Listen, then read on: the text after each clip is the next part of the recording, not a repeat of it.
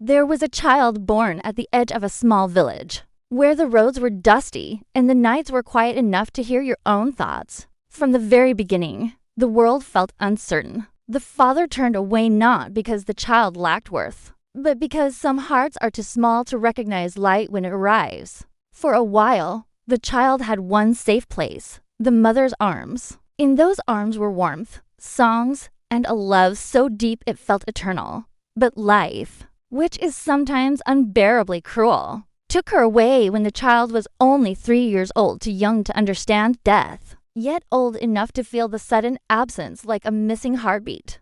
The world became very quiet. After that, the child was taken to the village, to a small house with creaking floors and walls that had seen many seasons. There lived the grandparents, sold, weathered, their backs bent not only by age, but by the weight of lives already lived. They did not have much, but they had something rare, patience and a love that did not need words. They raised the child with simple things, warm meals, early mornings, stories told by lantern light. The grandparents' hands were rough, but when they held the child's, they held on tightly, as if saying, "You are still here.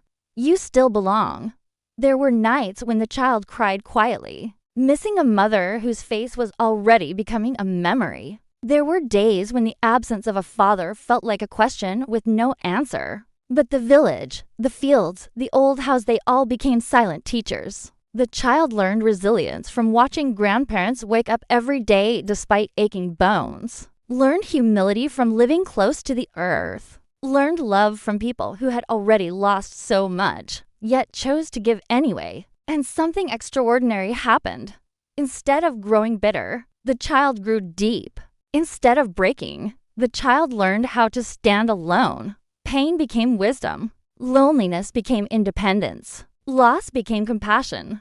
Years later, if you looked closely, you would see that this child carried an invisible crown not of gold, but of survival, a soul shaped by absence, yet strengthened by endurance, a life that proved one powerful truth. You do not need a perfect beginning to become something beautiful.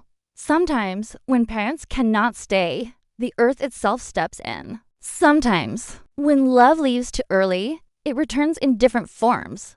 And sometimes, the child who was rejected becomes the one who understands life most deeply. That child was never abandoned. They were chosen by strength, by time, and by the quiet courage to keep living.